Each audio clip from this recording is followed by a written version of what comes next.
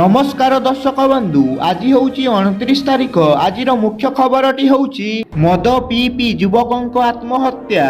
मद P P आत्महत्या करछंती जड़े युवक। एभली अभावनीय घटना देखा मिली राजधानी उपकंठ दौड़ी थाना निकटस्थ पलाशपुर शासन ग्राम मृत्यु युवक जनक हेले अक्षय कुमार दास बयस 35। खबर पाई दौड़ी थाना पुलिस घटनास्थल में पहुंची अक्षय मृतदेह को जबत करथिला। परे मृतदेह को व्यवच्छेद पाई कैपिटल हॉस्पिटल को पठाई दिया जाइथिला।